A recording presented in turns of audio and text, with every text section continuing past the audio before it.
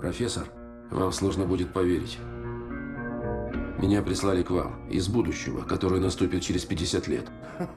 Playing the character more than once, does he in any way influence you as a person, as an actor, professionally, personally? One never quite knows what impact a character can have on one's own life. That's a question that really should be asked to an actor or an actress's wife or husband, or in my case, my children, who are now very grown up, and one of them is an actor. And they would say, oh, yes, a great influence. When he was doing this role, he would be like this. When he was doing the other one, and so forth. 5 years ago here, I concluded a year-long run of playing Macbeth in Shakespeare's tragedy.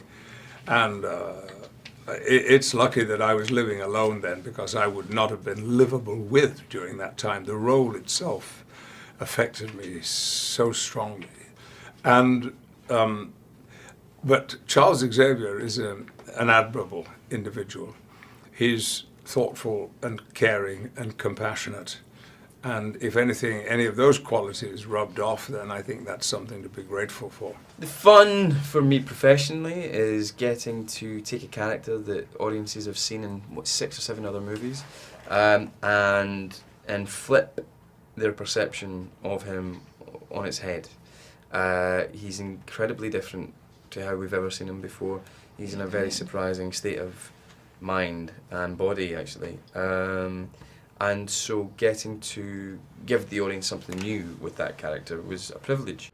Good afternoon, everyone. Hello. Thank you for coming.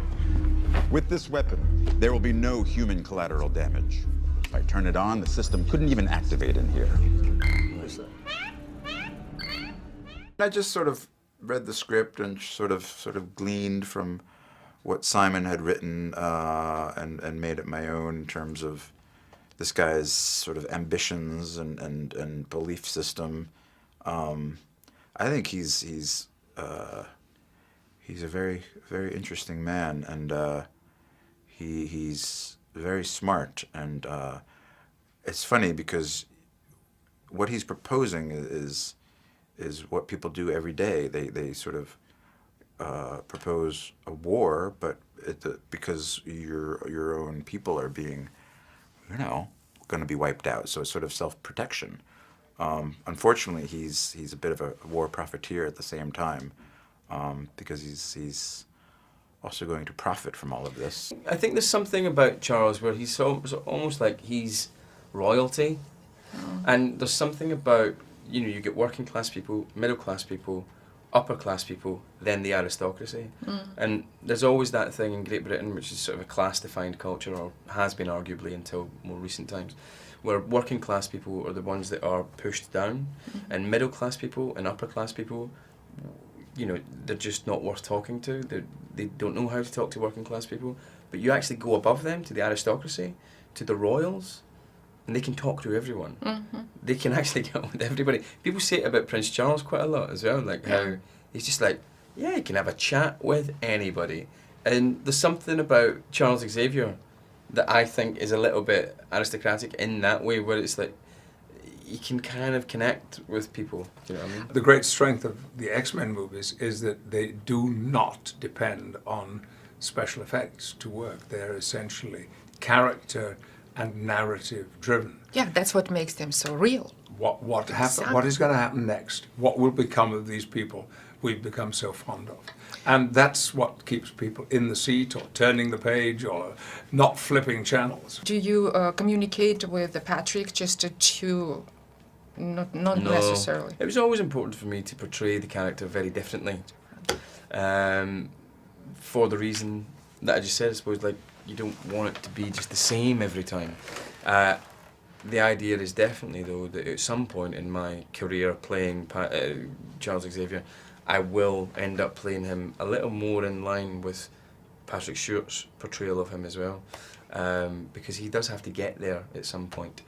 But no, we didn't really talk. I did, however, think that in his portrayal of Charles Xavier, there's like empathy pouring out of him, which is the most important part of that character, I think. And for me, it was really important to key into that and hopefully have that same kind of energy in terms of empathy kind of coming out of me. And that was the thing I took away from Patrick. You think this movie helps us to learn something really, or it's just Boy, I hope so. entertainment? I hope so, but it doesn't seem.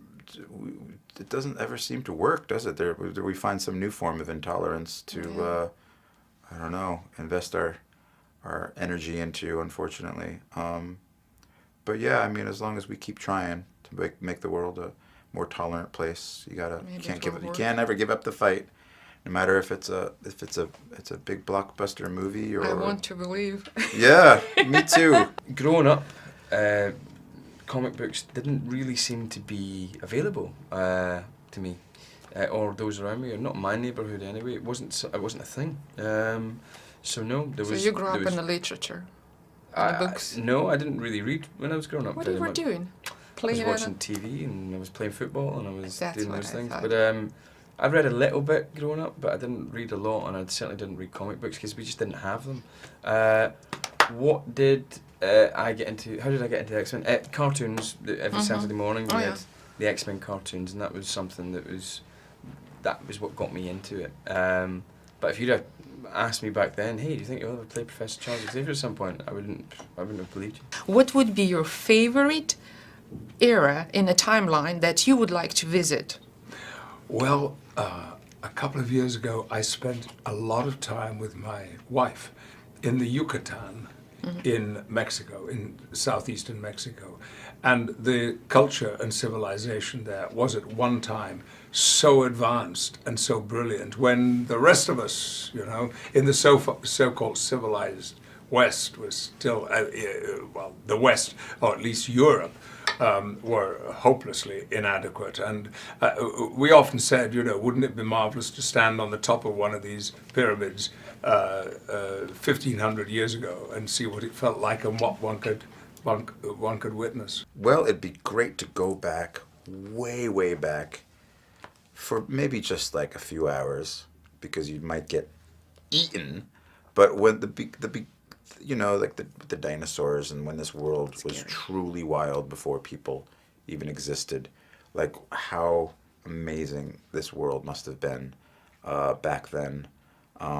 Obviously, I believe in evolution, not creationism, but just how lush and verdant before we came along and started polluting it up. But what an incredible place this must have been. Get into the mind of dinosaur and look everything from above. Oh yeah, one of the flying ones though, because I also want to fly. Yeah, wonderful. Biblical. Jesus times. That would be amazing just to see what actually went down. Gosh, I hope they wouldn't get you on the cross. Wow.